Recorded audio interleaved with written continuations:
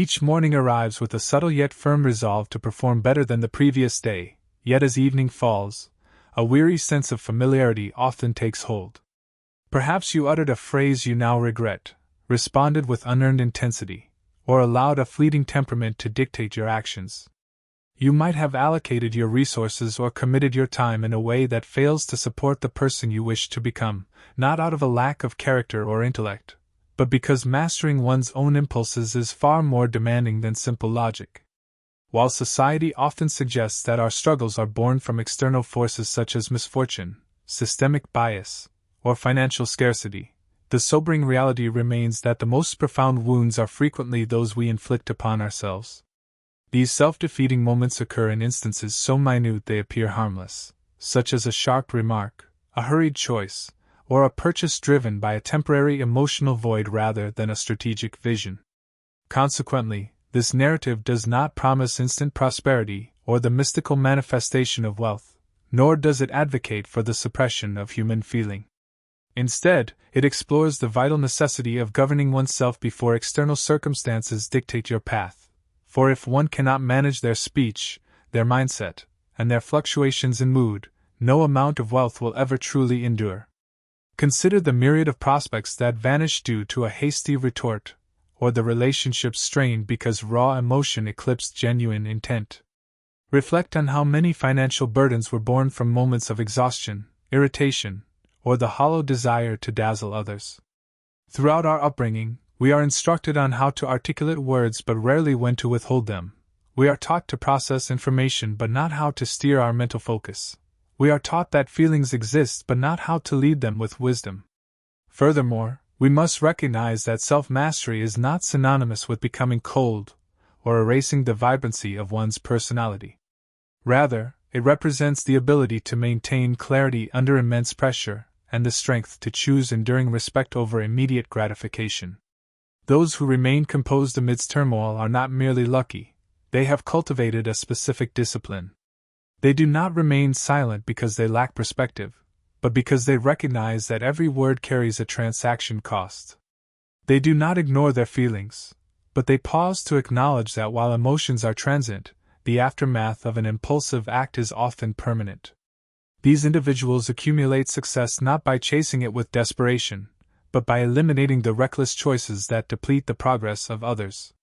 This journey focuses on that very architecture of discipline, revealing how an unmonitored tongue drains one's influence, and why a chaotic mind inevitably leads to financial instability.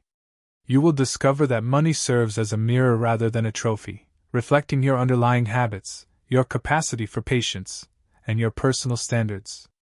This is not a fleeting burst of motivation, which naturally withers, but a structured framework for slowing down when the world demands a reaction.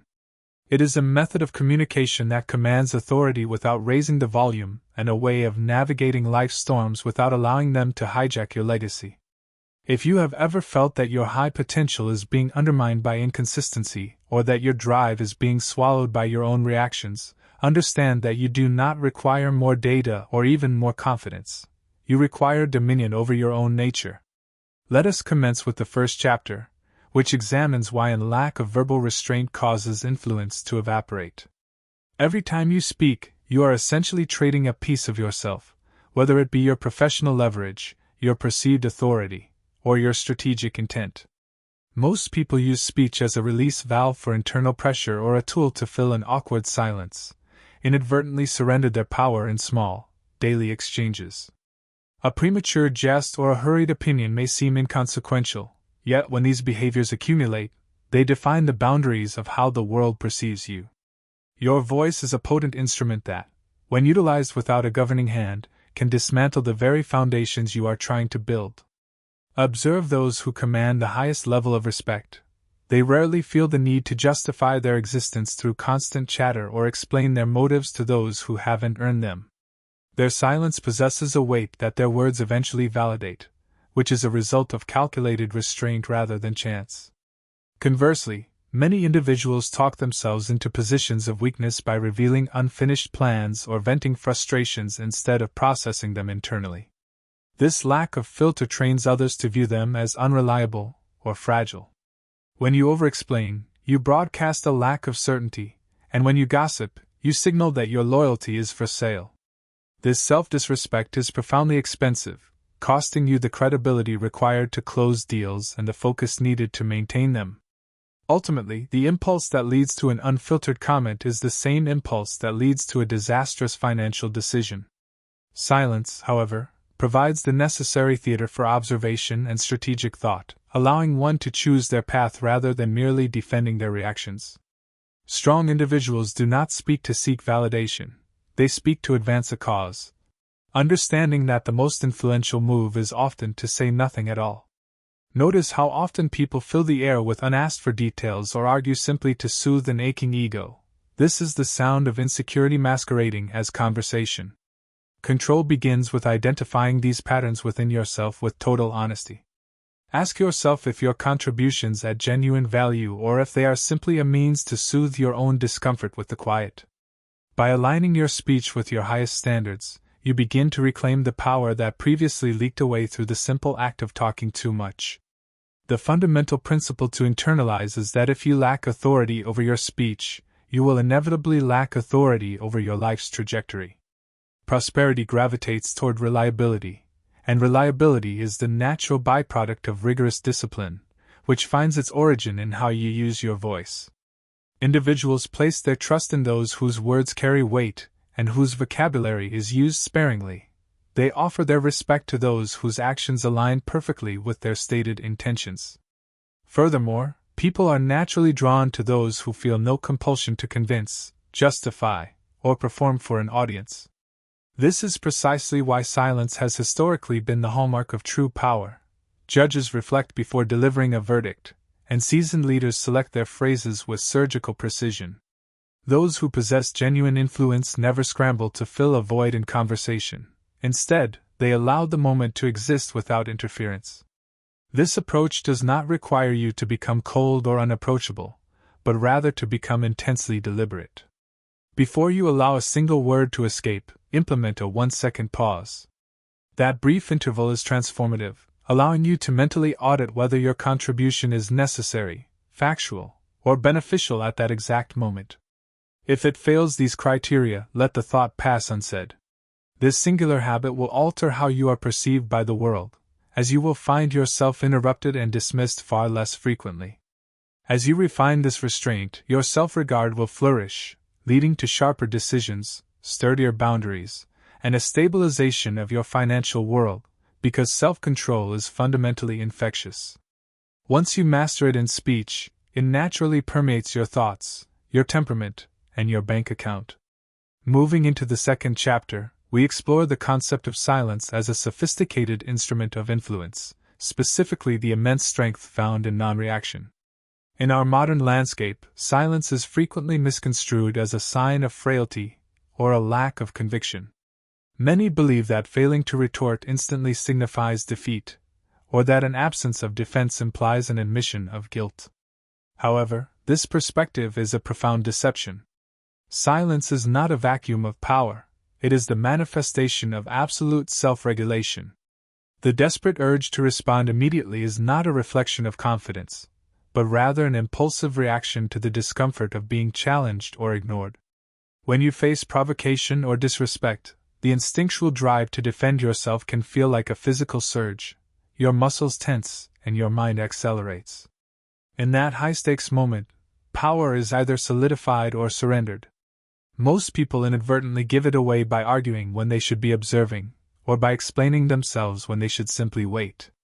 By reacting, they hand over the keys to their emotional state and their future choices to someone else. Breaking this cycle requires the strategic use of silence, which halts the emotional momentum of an encounter and forces the situation to decelerate. That intentional pause creates a layer of unpredictability that shifts the leverage back into your hands. Silence is often uncomfortable for others because it removes the predictable feedback loop of defense and noise. When a verbal attack meets no resistance, the aggressor's words hang awkwardly in the air, stripped of their fuel and leaving their true intentions exposed. This distance grants you the invaluable commodity of time to process the situation through the lens of logic rather than the heat of emotion. Reflect on your history of regrets. Most likely, they follow a pattern of rapid-fire responses, such as a heated message sent in haste or a financial commitment made just to escape a high-pressure conversation. A moment of silence would have served as a shield against all of them, as even a brief hesitation is often enough to reclaim your perspective. Ultimately, silence functions as a weapon because it safeguards your internal equilibrium, allowing your nervous system to remain tranquil while others lose their composure.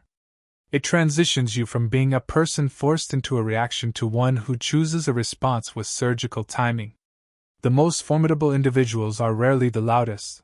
They are the patient observers who gather intelligence while others reveal their hands. You do not need to dominate every exchange or correct every minor misunderstanding to be effective. Your primary objective is to protect your mental energy, as energy squandered on trivial friction is energy stolen from your long-term goals and financial growth. When you refuse to be hurried by another person's sense of urgency, you are making a silent declaration that you are not controlled by the whims of the moment. This makes you significantly harder to manipulate or pressure into unwise agreements. By integrating this pause into your daily habits, your presence begins to carry a different weight. As your reactions become rarer, your words become more impactful, and you develop a profound sense of calm that is no longer dependent on the approval of the outside world. This state of composure is far from emotional apathy. Rather, it represents the highest form of emotional leadership. You are no longer held captive by shifting moods, external remarks, or sudden urges. Instead, you are intentionally deciding when to engage and when to withdraw. This capacity for choice provides a profound clarity that dictates superior results, particularly in the realm of personal finance. Prosperity is fundamentally linked to the virtues of patience and timing, the ability to remain still instead of pursuing every fleeting chance, and the strength to say, "not yet," instead of "immediately." Silence serves as the training ground for this specific psychological muscle. Every instance in which you resist an immediate reaction strengthens your internal governance, and every moment you allow to pass without unnecessary speech reclaims your personal authority. In this way, control compounds over time, beginning with your words, moving through your temperament, and finally manifesting in your strategic choices. Silence is not a void. It is a calculated, strategic arena, and once mastered, it prevents the subtle erosion of influence that most people never even detect. You do not require a louder voice, you require a steadier presence, for that is the ultimate instrument of power. Moving into the third chapter, we focus on the necessity of governing the mind and halting the cycle of unmanaged thoughts. Your intellect is the most formidable asset in your possession, yet for the vast majority, it remains entirely unsupervised. Thoughts emerge, emotions latch onto them, narratives are constructed, and actions follow in such rapid succession that you mistakenly believe these impulses define who you are. In reality, an undisciplined mind is not a sign of productivity. It is a sign of habit. Constant mental activity does not equate to clarity, just as mere movement does not guarantee progress. If your internal dialogue remains unchecked, your external life will inevitably mirror that chaos. Most struggles do not stem from a lack of intelligence but from a failure to direct one's attention. When the mind leapfrogs from anxiety to memory, or from comparison to regret, it creates a turbulent environment where poor decisions are born.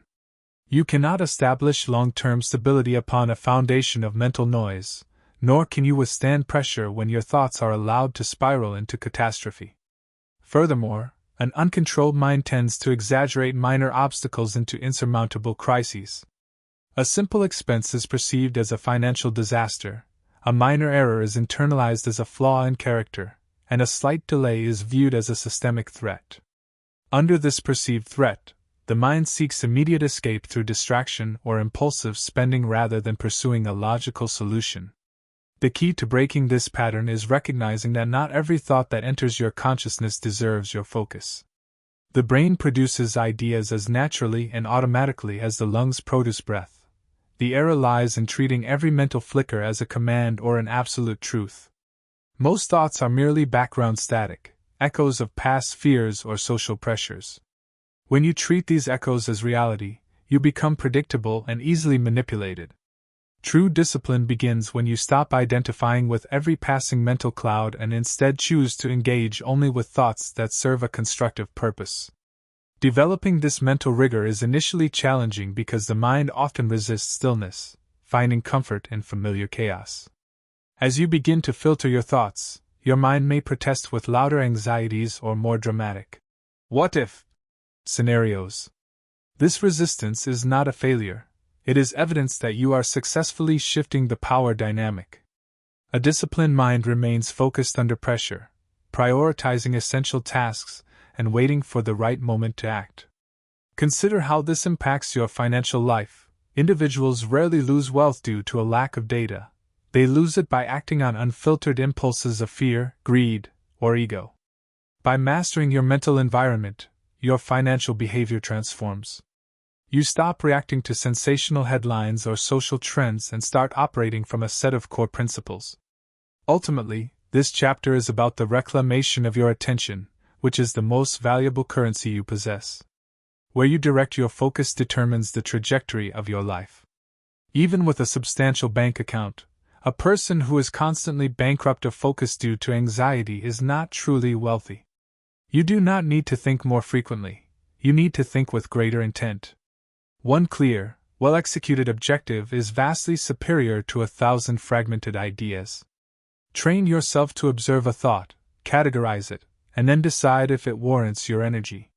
This creates the necessary distance for objective choice, which leads to a quieter, more organized internal world. From this tranquility comes the rare quality of patience, the ability to endure boredom and maintain consistency when the initial excitement fades. While an uncontrolled mind craves constant stimulation, a governed mind seeks steady progress.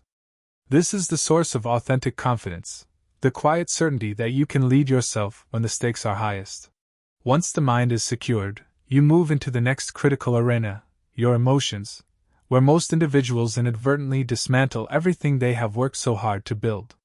While intelligence is frequently celebrated and admired, the power of discipline is consistently undervalued. From our earliest stages of development, we are conditioned to prize quick thinking, rapid comprehension, and persuasive speech. We are taught that being the smartest person in the room is the ultimate goal, yet intelligence alone often falters when faced with the harsh realities of life. When true pressure arrives, an agile mind may collapse under the weight of its own analysis, whereas discipline remains steadfast. One can be undeniably brilliant yet remain dangerously inconsistent, possessing a perfect understanding of the necessary path while failing to take the first step. The space between theoretical knowledge and practical execution is where most individuals lose their way, and discipline is the only force capable of bridging that divide. Furthermore, it is essential to distinguish discipline from motivation, as the latter is a fleeting emotional state that fluctuates with one's energy levels and environment. Motivation is a fair-weather companion that vanishes the moment a task becomes tedious or uncomfortable. Discipline, however, is the silent partner that remains when the excitement has dissolved. It is the commitment to showing up when the work is repetitive, unglamorous, or seemingly unrewarding. This is precisely why discipline yields results that intellect cannot sustain. A brilliant individual may initiate a project with great fanfare, but it is the disciplined individual who sees it through to completion. In the long run, the ability to finish is far more valuable than the ability to start. If you observe those who maintain a lead over decades rather than months, you will find they are not necessarily the most creative or gifted, but they are the most reliable. They honor their commitments even when it is inconvenient, and this reliability compounds into a form of momentum that raw talent can never match. Most financial hardships do not arise from a lack of cognitive ability but from a deficit of behavioral control.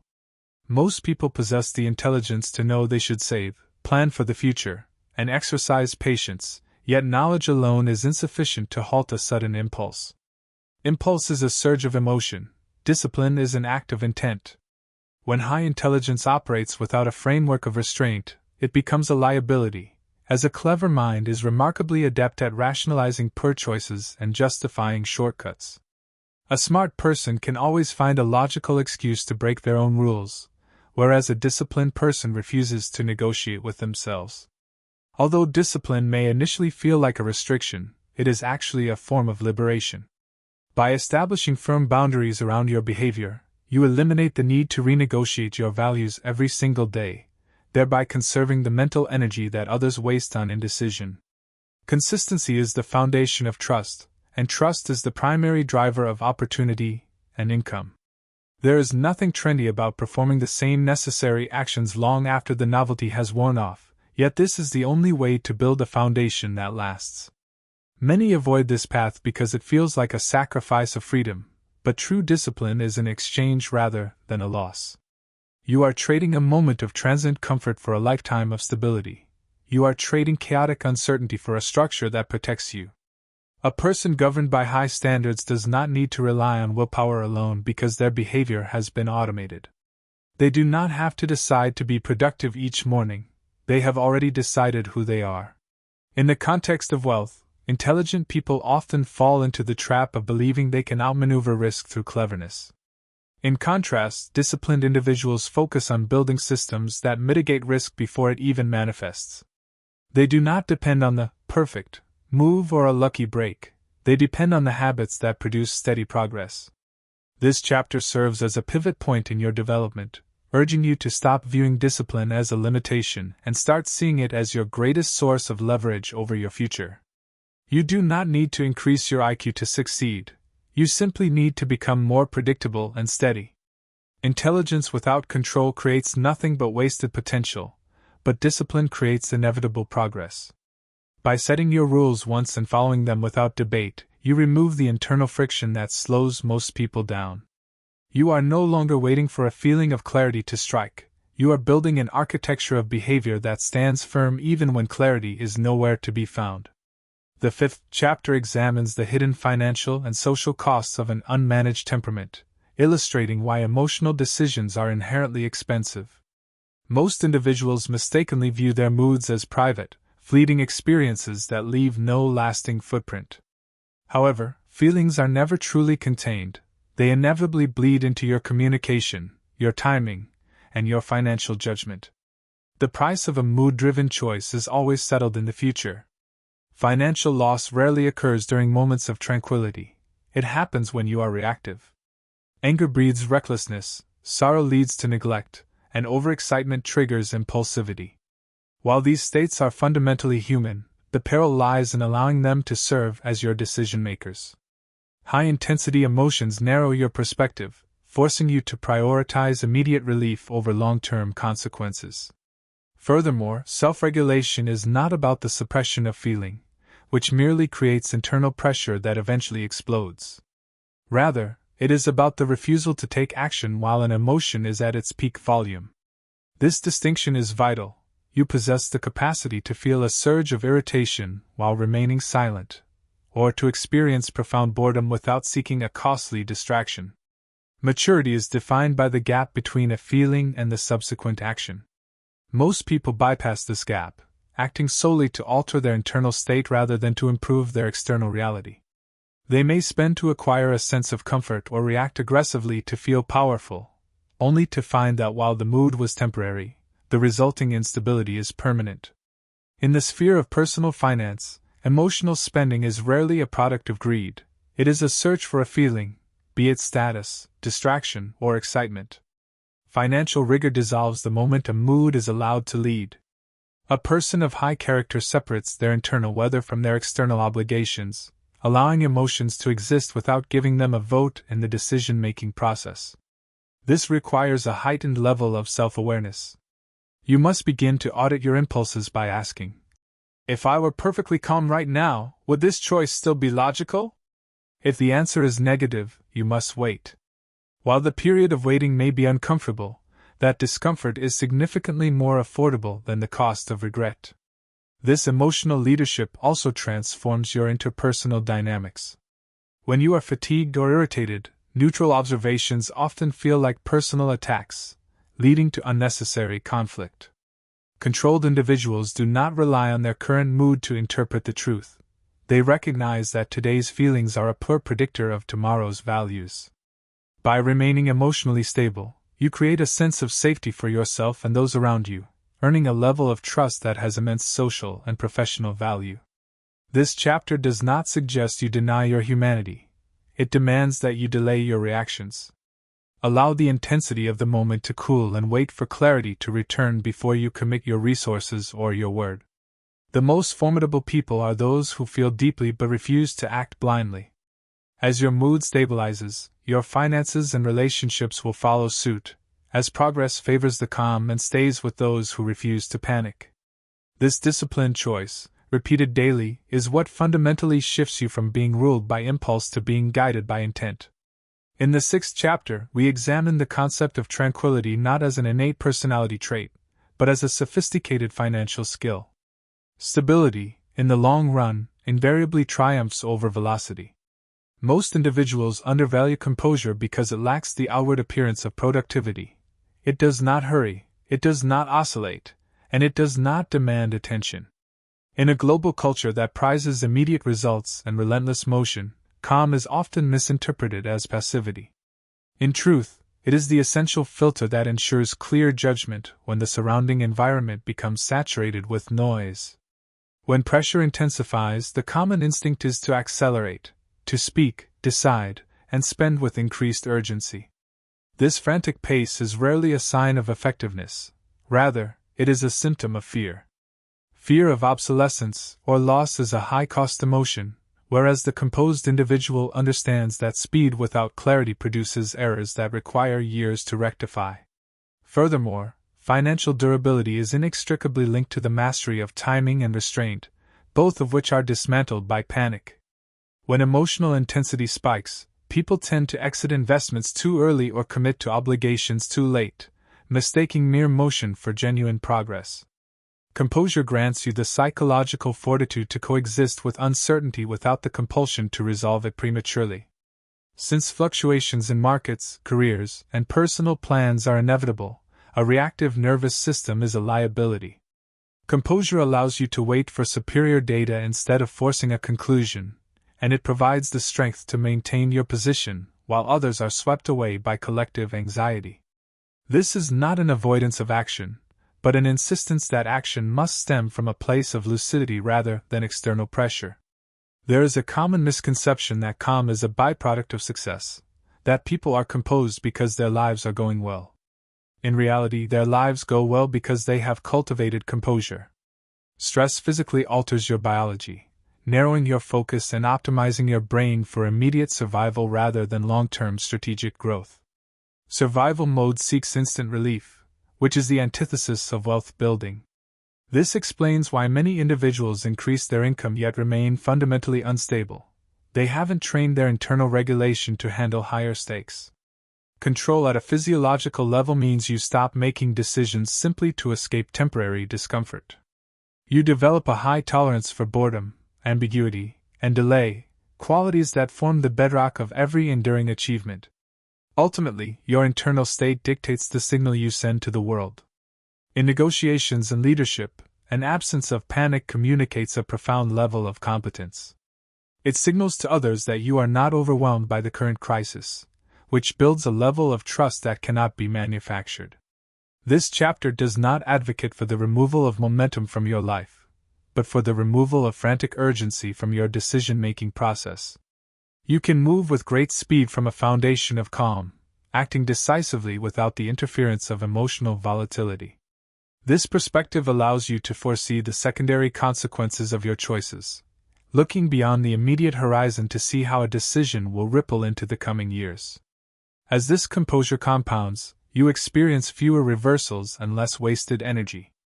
Stability gravitates toward those who refuse to destabilize themselves, providing a silent, strategic advantage that intensity can never replicate. Steadiness is the quiet force that consistently wins the long game. In the 7th chapter, we explore the profound reality that wealth is not a target to be pursued with desperation, but a byproduct of specific, disciplined behaviors. Money does not respond to the intensity of one's desires. It responds to the structure of one's actions. While ambition feels productive, without the governance of self-control, it lacks the architecture necessary to retain the resources it acquires. Most individuals attribute their financial difficulties to external variables, the state of the economy, their current salary, or the timing of the market, Yet the ultimate deciding factor is how consistently one acts when external pressure is absent. Self-control allows an individual to avoid the repetitive, small-scale errors that quietly erode potential. It ensures that you do not spend to soothe an emotion, commit to obligations out of uncertainty, or abandon a strategy simply because progress feels slow. Furthermore, we must recognize that true prosperity is built through unremarkable moments of restraint rather than dramatic strokes of luck. Choosing to abstain from an impulsive purchase or refusing to react to a temporary market fluctuation may not appear impressive, but these choices cultivate the rare quality of reliability. In professional and social hierarchies, reliable individuals earn trust, trust grants responsibility, and responsibility provides the leverage necessary to generate significant income. Wealth naturally gravitates toward those who can tolerate discomfort without collapsing into impulse and those who can delay gratification in a world obsessed with instant relief. By mastering yourself, you effectively plug the leaks through which your resources, time, and energy previously escaped. The shift required is to focus less on the drama of earning more and more on the discipline of losing less to your own whims. Preserving wealth requires a quiet, repeatable consistency that many find boring, yet this very boredom is what allows for the compounding of results. An undisciplined person is a slave to their motivation, which is as unstable as their mood. A disciplined person is guided by standards that have been decided in advance. By establishing these standards, you remove the daily friction of decision-making, allowing your behavior to become an automated reflection of your values. This predictability is highly attractive to investors, employers, and partners alike, as systems inherently repel chaos and reward stability.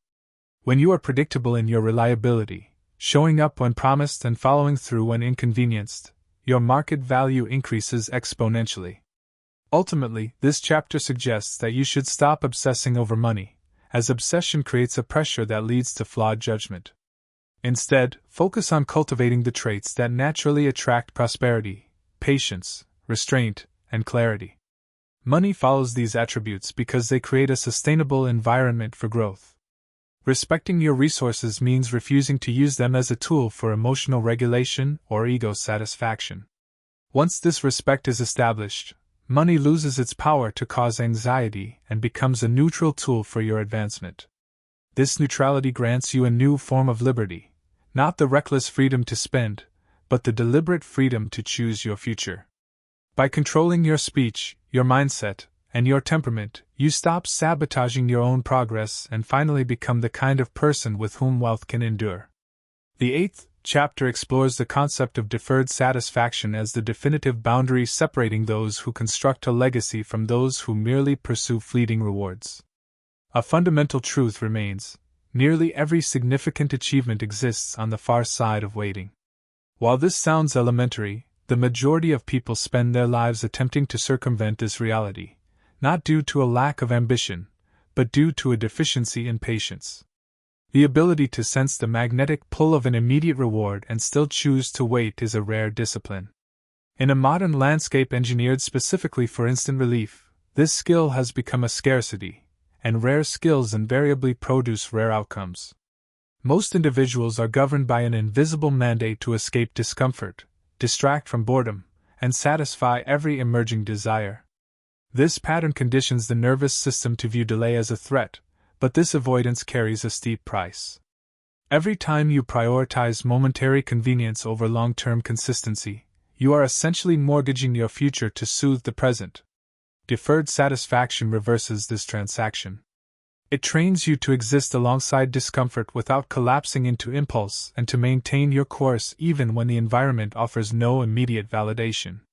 This is the primary distinction between the builder and the chaser. Chasers demand velocity. They oscillate between strategies and ideas, mistaking the adrenaline of a new start for genuine growth. When the initial excitement wanes, they assume failure. Builders, conversely, anticipate the plateau. They recognize that meaningful growth occurs at a pace that the ego often finds intolerable, and they utilize the quiet periods to refine their craft and solidify their foundations. Furthermore, this discipline is not an act of deprivation, but one of strategic alignment. You are choosing to harmonize today's conduct with tomorrow's objectives, refusing to let a transient craving hijack your long-term legacy. In financial terms, impulsive consumption is merely impatience masquerading as a reward. People rarely overspend because they lack mathematical comprehension. They do so because the sensation of waiting feels like a crisis. By practicing delay, you transition from a person who reacts to urges to one who observes them. You stop questioning whether you can afford an item now and start evaluating whether that item is worth compromising your future autonomy. Discipline in the present is the currency used to purchase freedom later, the quiet, substantial freedom to choose your path without the pressure of necessity. This shift also fundamentally reshapes your professional trajectory. When you no longer require instant validation to remain committed, you become effectively unstoppable. You continue the work when others abandon it for shortcuts, and you maintain focus when others are distracted by the spectacle of quick results. This chapter does not suggest that waiting is inherently enjoyable. It demands that you respect the process. The interval of waiting is where character is tested and standards are forged. Anyone can remain disciplined when the reward is visible and immediate, but only a few can maintain rigor when progress is invisible. Those few are the ones who build enduring systems. Ultimately, deferring gratification serves as a shield against burnout. By detaching your emotional well-being from immediate payoffs, you cease to overinvest in outcomes beyond your control. Your focus shifts entirely to your habits and inputs, creating a sense of internal peace. You are no longer cheated by slow progress because you expected it. You no longer panic at delays because they were part of the plan. This discipline builds a profound level of self-trust, the quiet confidence that comes from knowing you cannot be easily swayed or rushed. In the end, you aren't just protecting your capital, you are protecting your future from the impatience that dismantles so many others. Once you master the art of the pause, very little in this world can manipulate you, and absolutely nothing can stop you.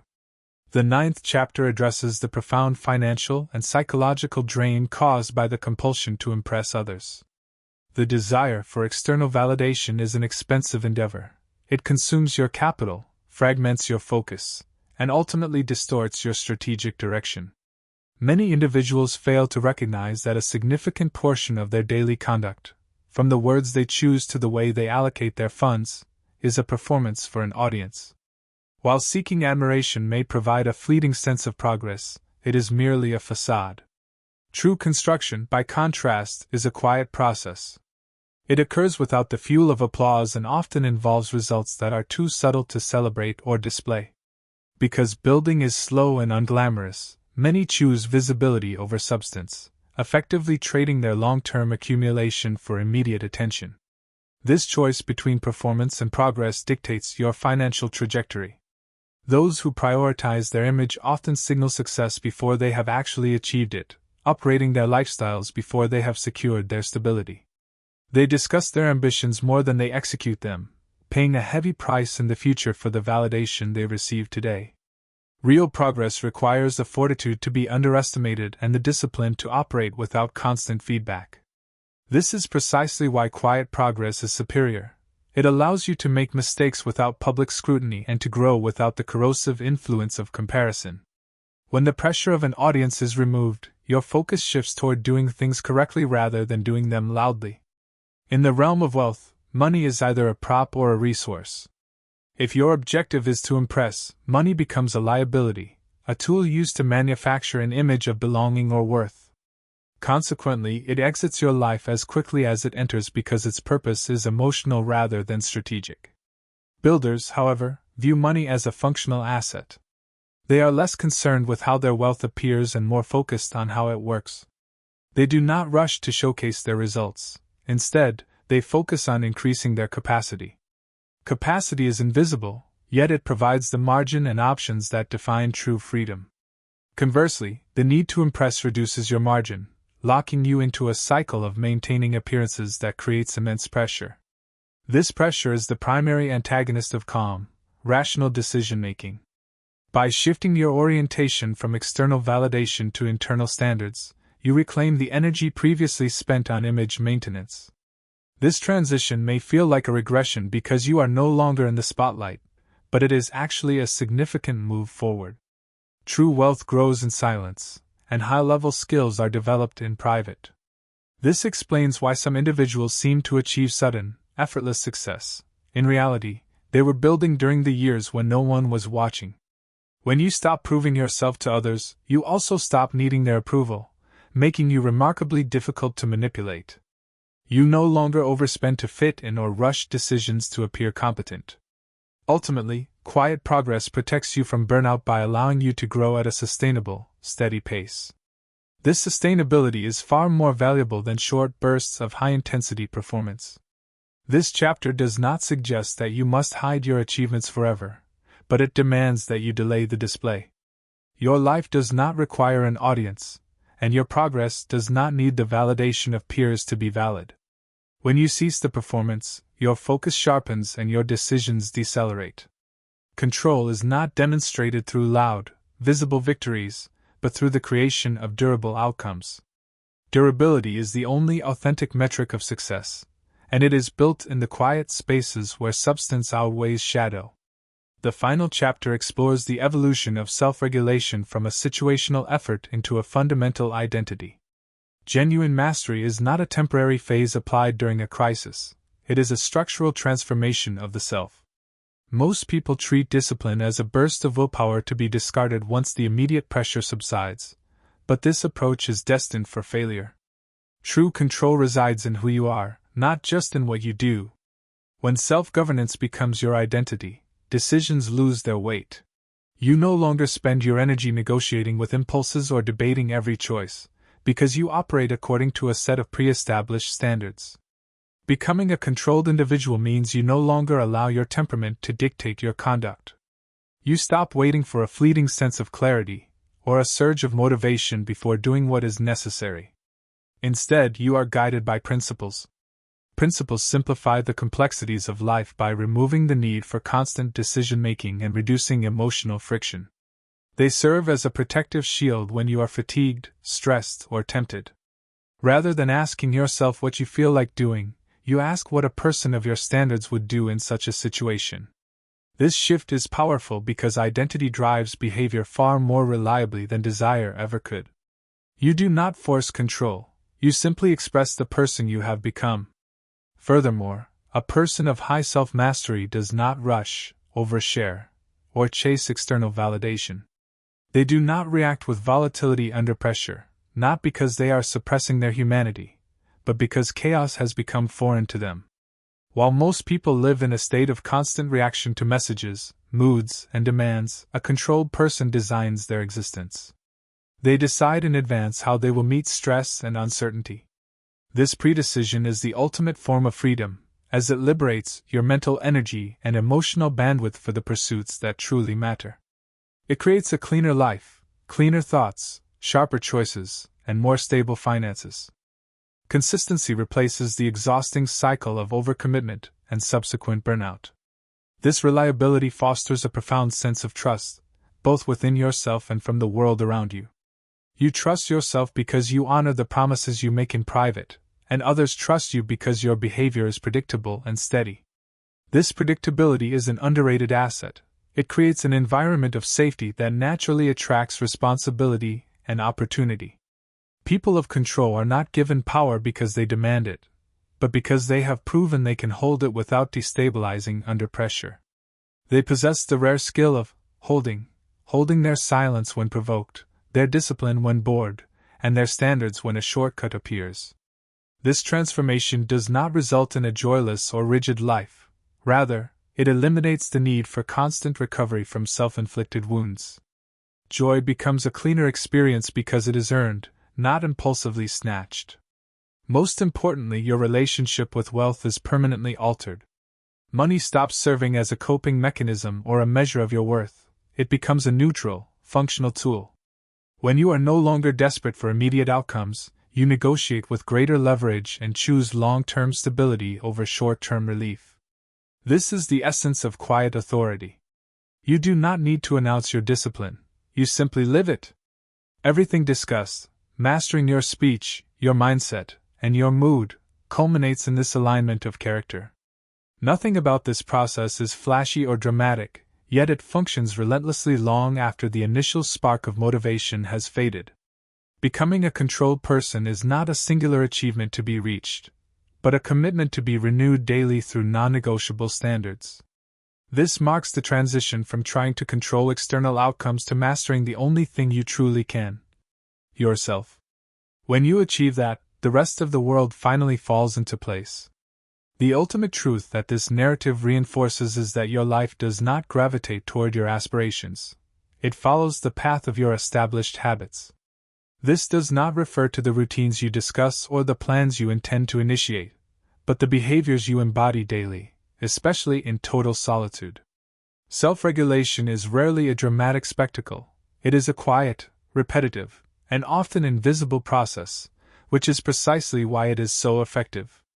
Throughout this exploration, we have seen how speech can either deplete your influence or solidify your authority, how an unmanaged mind breeds turmoil regardless of intellect, and how unchecked moods silently dismantle your strategic choices. We have witnessed how composure stabilizes judgment, how patience facilitates compounding, and how self-mastery preserves wealth by protecting it from the volatility of impulse. Success in this journey does not demand perfection, it requires consistency. The surrounding world will perpetually celebrate noise, demand urgency, and reward reaction. It will continue to prioritize velocity over clarity, stimulation over depth, and appearance over substance. You are not tasked with resisting this world, but with refusing to let it dictate your internal state. Control is the mechanism by which you step out of the frantic current of modern life. You do not need to govern every external variable or predict every outcome. You simply need to govern your inputs, your words, your focus, your reactions, and your standards. When these elements are stable, your life becomes less chaotic. You cease the exhausting process of rectifying messes born of impulse and stop apologizing for preventable errors. Life becomes quieter, not out of emptiness, but through the power of intention. This is the authentic manifestation of self-mastery, an alignment between your stated identity and your behavior under duress. The objective was never to eliminate human emotion, but to cultivate a profound reliability. You aim to be reliable to yourself, consistent in your decisions, and steady in the moments that test your resolve. Feelings of anger, desire, doubt, and fear will persist, but the governing authority changes. The mood no longer decides, the impulse no longer leads, the moment no longer dictates. You do. While this shift may seem subtle initially, its long-term impact is transformative. Your financial world stabilizes as you cease reacting to fluctuations, your relationships flourish as you speak with intent, and your self-trust grows as you uphold your personal standards. Ultimately, control fosters trust, trust generates options, and options create genuine freedom. True liberty is not the ability to satisfy every whim in the moment. It is the power to choose what serves your future long after the initial impulse has faded. If you retain only one principle from this work, let it be the necessity of the pause. That brief interval between a stimulus and your response is where your power resides. In that pause, you reclaim your legacy from your impulses, choosing strategic direction over temporary distraction and structure over chaos. Self-regulation is not a destination you reach and then abandon, it is a discipline you return to every day. By mastering yourself, you ensure that everything else in your life will eventually align.